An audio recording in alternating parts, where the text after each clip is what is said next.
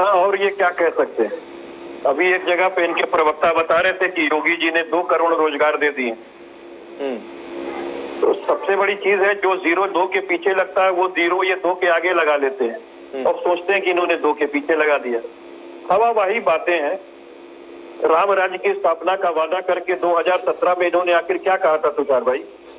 यही ना कहा था कि हम 15 साल से इस सत्ता से दूर हैं, अगर हमें जनता अवसर देती है उत्तर प्रदेश के अंदर अपनी सरकार बनाने की, तो डबल इंजन की हमारी सरकार होगी, विकास परक नीतियां होंगी और दोनों तरीके से हम आपका विकास कर पाएंगे। और इन्होंने साथ में एक बात और भी कही थी कि हम 0% टॉलरेंस की नीति भ्रष्टाचार के प्रति रखेंगे और राम राज्य की स्थापना करेंगे। तो आज राम राज्य के तो पोल खुल गया कि 7.30% जो है वो आंकड़े आपके पहले से ज्यादा हो गए क्राइम के। और इस समय जो बलात्कार की बाढ़ आ गई है वो तो जनता पूरी दिखाई दे रही है। रोज हत्या, रोज बलात्कार, रोज किडनैपिंग, इस तरीके की चीजें हो रही हैं। और बहुत से नेता भारतीय जनता पार्टी के उसमें शामिल रहे। अपहरण में बताइए, कानपुर के अंदर वो जो पकड़े गए थे वो भी इन्हीं के नेता थे।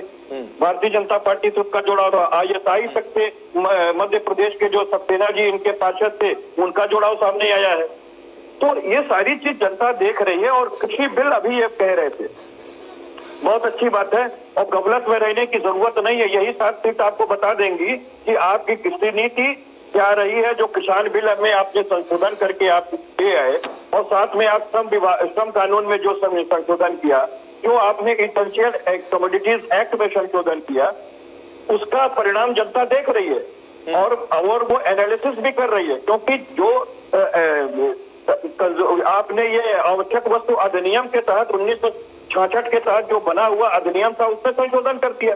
यानी जो 24 वस्तुएं उस अधिनियम के तहत रखी गई थी, जिसका की भंडारण किसी भी परिस्थिति में नहीं किया जा सकता है। उस पर तो सबका अपना अपना तर्क है ना। सरकार कहती है कि उसमें सुधार की जरूरत थी, वक्त की मांग थी, हमने कर दिया। ये तो सुधार बात तो संविधान भी कहता है कि समय समय पर सुधार होता रहना चाहिए, तो बेहतर कदम है ना संवैधानिक तौर पर, इसमें गुरेज क्या है। लेकिन मेरा सवाल आपसे ये है कि क्या 2022 के लिए ये आज का जो उपचुनाव हो रहा है 7 सीटों पर, ये आपके लिए नेट प्रैक्टिस है? आज अगर जनता आपको नकारती है, जो 1 सीट थी अगर वो भी नकार देती है, या फिर बीजेपी के पास जो 6 सीटें थी उसको नकार देती है, तो ये नेट प्रैक्टिस के तौर पर होगा और सतर्क होने की जरूरत होगी 2022 के लिए? देखिए, बहुत सीधी सी बात है कि जो ये उपचुनाव हो रहे हैं ये हमेशा से माने जाते हैं कि ये शासन के पक्ष में चुनाव जाते हैं। केवल 1 वर्ष का समय है। 1 वर्ष के समय के लिए जनता चुनती है, तो वो कोशिश यही करती है कि जो सरकार चली आ रही है उसी के विधायक को चुन ले, शायद साल भर में कुछ काम कर दें। लेकिन इस बार ये होने वाला नहीं है। इसलिए मैं कहना चाहता हूँ कि इससे पूर्व में भी जो उपचुनाव उत्तर प्रदेश के अंदर हुआ उसमें 2 सीटें हमने एक भाजपा से एक बसपा से ले ली थी। और दूसरी चीज आप देखें, जो उपचुनाव जो है 2019 के इलेक्शन के पहले संसदीय इलेक्शन में हुए थे, उसमें भी 3 सीटें गोरखपुर जैसी ऐतिहासिक 29 साल का विजय हमने कायम किया था और फूलपुर में भी जीते थे और साथ में कैराना भी जीते। तो देखिए, जनता का व्यू क्या होता है और मेन उसमें क्या होता है उसको अलग है, उसको एक में जोड़ा नहीं जा सकता है। लेकिन एक चीज हम जरूर कहेंगे, इन 7 सीट में से इनको एक भी नसीब होने वाली नहीं है, क्योंकि जनता ने इनको देख लिया कि किस तरीके से जन विरोधी नीतियों के पालक हैं। और मैं बैठे हुए द्विवेदी जी से एक बात पूछना चाहते हैं कि योगी जी ने कोई इंफ्रास्ट्रक्चर के आपकी बात पर आप कह रहे हैं कि एक भी सीट बीजेपी को नहीं मिलेगी, यहाँ तो 7 सीटों का दावा करके बैठे हैं संदीप जी अभी। इंफ्रास्ट्रक्चर के क्षेत्र में इन्होंने किया जिसका की उद्घाटन भी इन्होंने कर दिया। कपिल साहब, आप एक भी सीट नहीं दे रहे, यहाँ तो 7 सीटों का दावा किया जा रहा है कि 7 सीटें आएंगी और आपकी बात पे मुस्कुरा भी रहे हैं संदीप। देखिए, तो सर जी मैं आपको एक चीज बता दूं, इन्होंने बहुत अच्छी बात कही कि फूलपुर और कोरोना सीट इन्होंने पिछले बायोपुल में लोकसभा की जीती थी। इसके बाद क्या हुआ, क्या जी हो इसी डर से नहीं निकलते हैं। आज ये कोई पॉलिटिकल पिकनिक का मौका नहीं है। कई जगह बूथों पे जनता ने बहिष्कार कर दिया है कि उन तक विकास नहीं पहुंचा है। उन्होंने तमाम ऐसे कारण बनाए जिसपे वो वोट पोल करने नहीं जा रहे हैं। तो हमारे 3 साल में उन्होंने विरोध कर दिया। आपके 10 साल में वहाँ राम राज था। अरे आपके 10 साल में राम राज आया होता है तो कम से कम उसी के नाम पे वोट कर देते। आप भी तो, आप मायावती जी मिलकर कम से कम 15-20 साल प्रदेश में रहे, कितना आपने विकास कर दिया था उस दौर में, बता दीजिए। अगर वो विरोध कर रहे हैं तो वो सभी सरकारों को कर रहे हैं, वो किसी एक सरकार का नहीं कर रहे हैं, जिसका उन्होंने शिलान्यास भी किया हो और उद्घाटन भी किया हो। आप एक नहीं बता पा रहे, हवाई बातें बताते हैं। अरे तो आपने कौन सा शिलान्यास और उद्घाटन कर दिया, आप बता दीजिए। आप भी तो मायावती के कार्यकाल के समय के इस बात को कहकर इस बात को कहकर पैसा नहीं जा सकता। उन्हें तो 2017 में कैसे नकार चुकी है।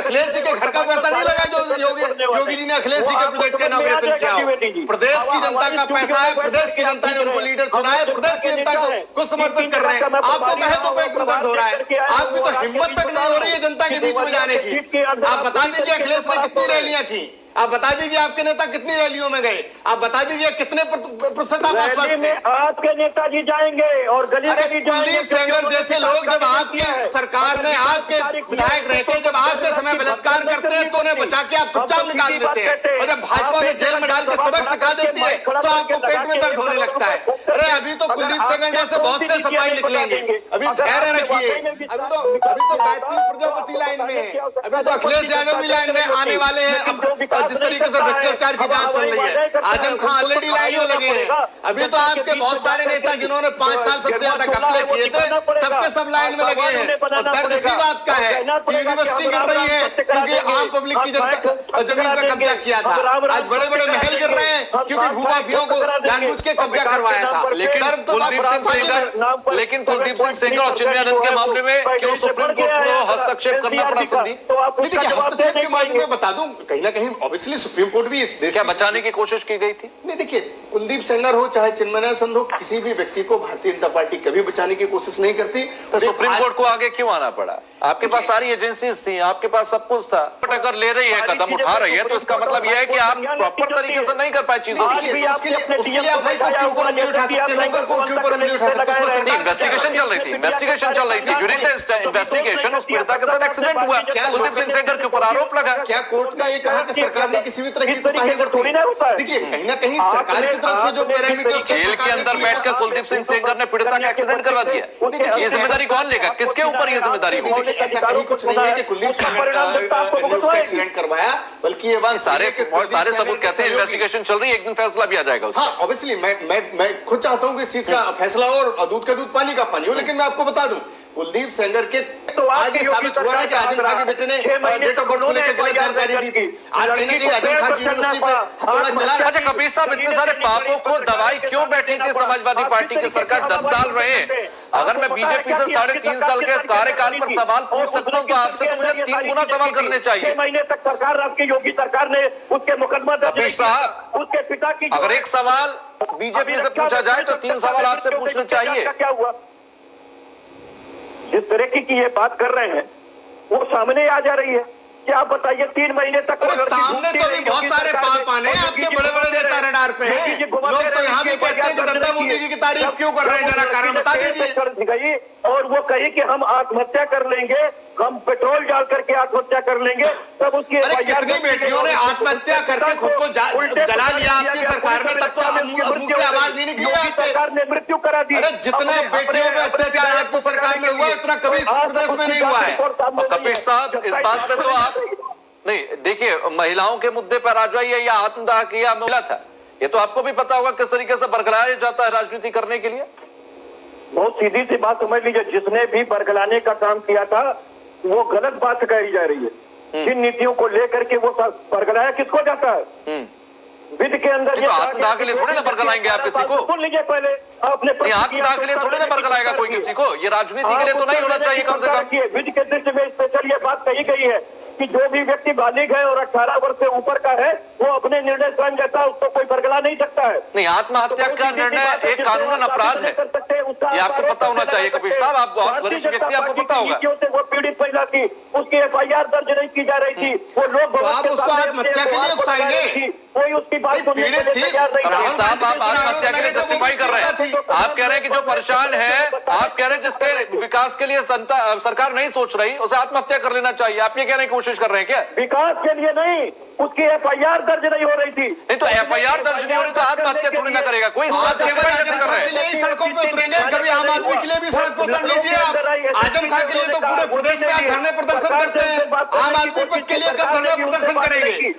उसके नाम पे घरों में दुबक के बैठ जाते हैं। तो उसने एक प्रयास अपने आत्मदाह का कर लिया, मैं उसका समर्थन नहीं करता हूँ, उनको नहीं करना चाहिए था, लेकिन ये व्यवस्था कहीं ना कहीं। आप भी तो कह रहे हैं कि 18 साल से ऊपर किसी को भी अपने फैसले लेने की अनुमति होती है, संवैधानिक सरकार।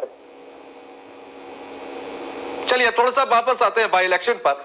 संदीप, जिस पूरी प्रदेश गड्ढे में युक्त है और गड्ढे में ही सड़कें चल रही है। आपको बता दें, मैं गोरखपुर से ही आता हूँ और गोरखपुर संसदीय विधानसभा क्षेत्र रहा है माननीय योगी आदित्यनाथ जी का 29 वर्ष तक। और वो आज मुख्यमंत्री हैं और गोरखपुर से वाराणसी मार्ग जो प्रधानमंत्री जी का कंस्टिट्यूएंसी है उसको जोड़ता है, आज पूरे के पूरे गड्ढे में है। आप 10 घंटे में भी जा नहीं सकते हैं वहां से बनारस के अंदर। और ये लगातार, और पूरा गोरखपुर शहर खुदा हुआ है, पूरे कहीं भी सड़क नहीं है। आप आकर के आप अपने ना मेरे पर विश्वास हो, आप अपने संवाददाता से पूछवा लें कि मैं अगर जो कह रहा हूँ राजनीति करना छोड़ दूंगा, लेकिन हकीकत ये मैं आपको बता रहा हूँ कि पूरा प्रदेश के अंदर गड्ढा युक्त सड़कें हो चुकी हैं। और जो नेशनल हाईवे बन रहे थे, गडकरी साहब ने तो उसी समय कह दिया कि हमारे पास पैसा नहीं है, इनका इंफ्रास्ट्रक्चर का पैसा सारा खत्म हो चुका है। जो कॉरिडोर योजना इन्होंने डिफेंस कॉरिडोर लेके चले थे, जिस पर 16,000 करोड़ रुपए खर्च होने थे, उस पर 500 करोड़ रुपए केवल इन्होंने 4 साल में देने का काम किया। अभी भूमि तक अधिग्रहित नहीं हो पाई, ना पूरी भूमि इन्होंने पूर्वांचल एक्सप्रेसवे की ग्रहित की है। मैं तो सिर्फ पूर्वांचल एक चीज पूछना चाहता हूँ कि पूरे उत्तर प्रदेश के अंदर इंफ्रास्ट्रक्चर के अंदर अगर कोई योगी सरकार ने एक भी शिलान्यास किया हो जिसका कि इन्होंने उद्घाटन किया हो, तो मुझे देवेंद्र प्रमुख जी बता दें। हर बात के लिए ये आपके सवालों का जवाब देवेंद्र प्रमुख आपसे लूंगा। मुझे एक छोटा सा ब्रेक यहाँ पर लेना। कपीश, मैं आपके सवाल